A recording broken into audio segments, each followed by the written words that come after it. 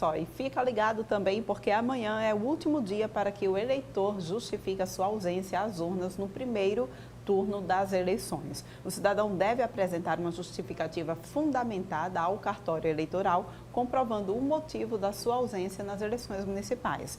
O eleitor também pode fazer os usos dos sites do TSE e dos tribunais regionais eleitorais para preencher o requerimento de justificativa. Tem o e-título também aí, lembrando para vocês, é um aplicativo da Justiça Eleitoral também que você pode baixar no seu celular para facilitar a tua vida, tá? A gente segue falando sobre direito e cidadania aqui no nosso quadro Direito e Cidadania, recebendo Jamile Coelho aqui, desembargadora que vem conversando com a gente eleitoral, advogada e desembargadora eleitoral que vem conversando com a gente dessa vez sobre as formas de ingressar num cargo público no país de forma geral, né, Jamile? Você conhece essas formas de acesso aos cargos públicos? Entende o porquê e a dinâmica dos concursos? A advogada, então, vai explicar para a gente, inclusive, quando o nosso governador, Renan Filho, anunciou que vai fazer mais concursos, né, Jamile? Bom dia. Bom dia, Porlane. Bom dia a todos e a todas. Exato, a gente hoje tem um sonho, né? Muitas pessoas têm um sonho de ingressar no serviço público através de concurso público, porque o concurso ele dá uma estabilidade, após a passagem do estágio probatório, você só pode ser desligado daquelas funções com o devido processo legal e você não poderá ser demitido, né, a menos que cometa uma falta gravíssima apurada através desse processo. Mas não só do concurso público, a gestão vive. Né? É o meio escolhido preferencialmente pela Constituição, inclusive o concurso de provas e títulos, ele foi exigido a partir da Constituição de 1988, antes disso não existia essa prescrição, e ele é importante porque ele dá a igualdade, dá o acesso a que todas aquelas pessoas que preencherem, logicamente, determinados requisitos, que possam ingressar na administração pública. A gente pode ter como ingresso na administração pública tanto os concursos públicos, que hoje é o sonho de muitos brasileiros, e eu digo infelizmente, porque a gente vê que isso reflete uma iniciativa privada que não consegue alçar, né, essa estabilidade, ou uma sonhada estabilidade, não que seja uma estabilidade eterna, estou até usando os mesmos termos para dizer uma coisa, em relação aos valores que se paga, né, também, da iniciativa privada, e fica aqui naquela rotatividade. É por isso que eu digo infelizmente. Mas os serviços públicos, eles são imprescindíveis e eles são prestados pelos concursados, pelos cargos em comissão, pelos serviços temporários e inclusive pelas empresas terceirizadas. E todas essas formas, Porlane, elas são legais, né, desde que preencham os requisitos. Por exemplo, o concurso público, a norma que rege o concurso público é o edital. E no edital, você não pode ter discriminação de cor, de raça, de crédito, né, de sexo. Você não pode fazer isso. Qualquer pessoa que quiser e preencher os requisitos de competência mesmo para entrar nesse cargo, ela pode concorrer às vagas, não é isso? Isso. O Estado, ou a União, ou o município, ele lança um edital, normalmente se contrata uma empresa para fazer isso. Por quê? Porque não é da atribuição específica do ente governamental ter essa comissão permanentemente. Então, ela normalmente contrata uma empresa, inclusive o governador Renan Filho falou isso ontem nas redes sociais, que o Estado já estaria contratando uma empresa para lançar, né, os editais das diversas áreas que ele quer fazer um concurso público. Então, ela define os critérios eles têm que ser compatíveis com aquelas habilidades. Então, se é um curso relacionado à matéria de direito, normalmente a pessoa tem que ser formada em direito, ou afeta a área da saúde, ter uma formação em medicina, isso não é ilegal, esse tipo de restrição, né, não é ilegal. Todos os brasileiros podem participar desde que preencham esses requisitos, os requisitos exigidos no edital, que você tem essas limitações, ele não pode ter caráter discriminatórios, mas eles têm que ter um nível de exigência compatível com o cargo e com as atribuições que irá exercer. E não só disso vive, como eu falei no início, a administração pública. A administração pública precisa também de cargos comissionados ou funções de confiança, que é o que a gente chama daqueles cargos que têm investidura de livre nomeação e exoneração. Esses cargos, eles são direcionados para chefia e assessoramento e direção. Porque o gestor... Geralmente, né, Jamília, são exatamente esses cargos que mudam a cada 4 anos com a eleição de um novo gestor, né? Isso, eu vi até uma matériazinha num desses periódicos, dizer assim, prefeito fulano de tal exonera todos os comissionados no dia 31 de dezembro. Isso é a coisa mais natural do mundo, porque aquele grupo de comissionados que integram a gestão, que são importantes para a gestão, porque como eles são funções de confiança, eles são de confiança do gestor. Né? Tanto politicamente quanto tecnicamente, o ideal é que você consiga unir as duas coisas, ser uma pessoa de confiança que tenha habilidade técnica para exercer aquele cargo e habilidade política mesmo, política na melhor da acepção, na melhor forma que ela tem de ser traduzida, que é o que a gente já conversou de troca de interesses mesmo, mas numa troca de interesses legítimo e saudável.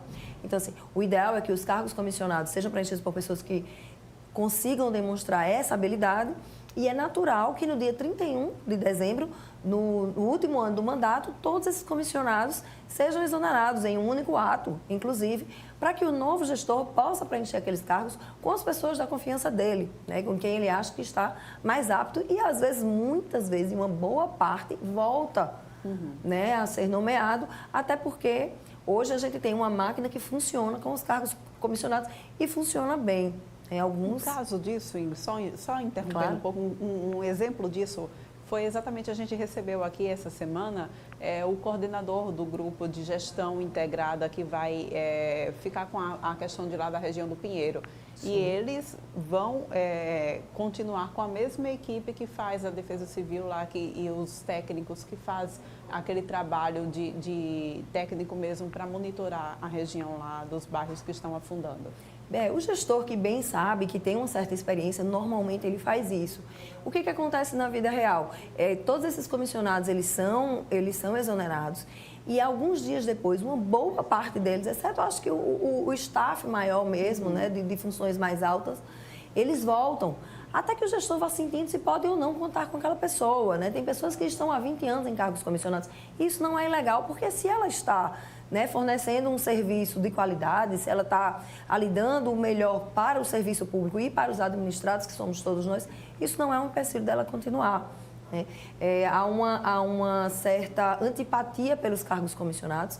Eu já tive em cargos comissionados e eu acho que os cargos comissionados são bem imprescindíveis, até porque eles demonstram essa vontade de ficar. Exatamente. Né? É diferente do servidor público que tem aquela estabilidade. E eles são importantes mesmo, como eu falei, de função de confiança. E afora isso, nós temos também os terceirizados. Existem tantas decisões do STF, quanto até em comum acordo, digamos assim, com uma ideia da legislação trabalhista, de que atividades que não são atividades necessariamente fim do serviço público, elas podem ser terceirizadas. Ela pode ser contratada de empresas para isso, para tipo limpeza, conservação, serviços de copeiro, serviços de segurança, serviços de tecnologia da informação. Se bem que eu, particularmente, acho que tecnologia da informação, daqui a pouco, ela vai precisar ser integrada como um órgão essencial da gestão, porque hoje tudo é informação, né? Hoje tudo é online, hoje tudo é informação integrada. Então, eu acredito que daqui para frente teremos DataPrevs, que é o órgão do governo federal espraiado aí pelos estados e municípios, mas ainda há a possibilidade de terceirizar isso. E existe também... Serviços gerais, então, não precisa mais de concurso? Precisa de uma estrutura mínima, mas às vezes você não necessariamente precisa ter aquele serviço naquela estrutura. Entendi. Né? Você pode terceirizar, é uma forma legal de você contratar uma empresa para aquilo. Até porque é uma forma difícil de você aferir a competência. Você, por incrível que pareça, você abre mais o leque para a população quando você terceiriza para uma empresa do que quando você faz um serviço público, um concurso público, porque muitas dessas pessoas não têm o grau de informação ou de instrução que um concurso exigiria, ainda que seja para cargos, né, com exigências de instrução mínima. Então, às vezes, na terceirizada, você consegue até abarcar mais essa população. E o que é interessante também são os contratados para serviços específicos, que muitas vezes são os agentes endêmicos ou agentes de saúde que você tem, por exemplo, uma endemia ou uma pandemia, você contrata determinadas pessoas através de processo simplificado, que é formação de currículo, basicamente, e para um período específico. Por quê, Porlane? O que é muito importante? O IBGE costuma fazer muito isso, né? Isso, porque o IBGE ele funciona no censo de tempos em tempos ou para situações específicas. Então, o custo para a administração manter aquelas pessoas durante muito tempo é muito grande e seriam pessoas que estariam durante muito tempo ociosa. Então, a Carta Constitucional e a legislação em geral, ele dá essa opção para o gestor contratar por tempo determinado e por um tempo pequeno. O sonho de todo gestor, logicamente, é ter todos os seus quadros preenchidos por concursados.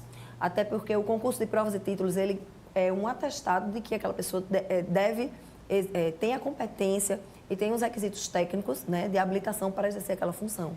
E, Jamile, quanto mais a gente tem visto aí, mais pessoas procurando fazer concurso público, né? Quanto mais acirrada a procura mais eleva o nível também das pessoas que estão entrando nesses cargos, né? Sim, com certeza. Antes de passar no concurso público, não vou dizer que era fácil, mas não era tão difícil, né? Tem cargos hoje que são quase impossíveis de se preencher.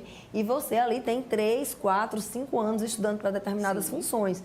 Isso aumenta muito, isso é muito bom. Isso é muito... É a nossa concorrência, né, na iniciativa privada. Quanto mais você exige, um melhor serviço você tem.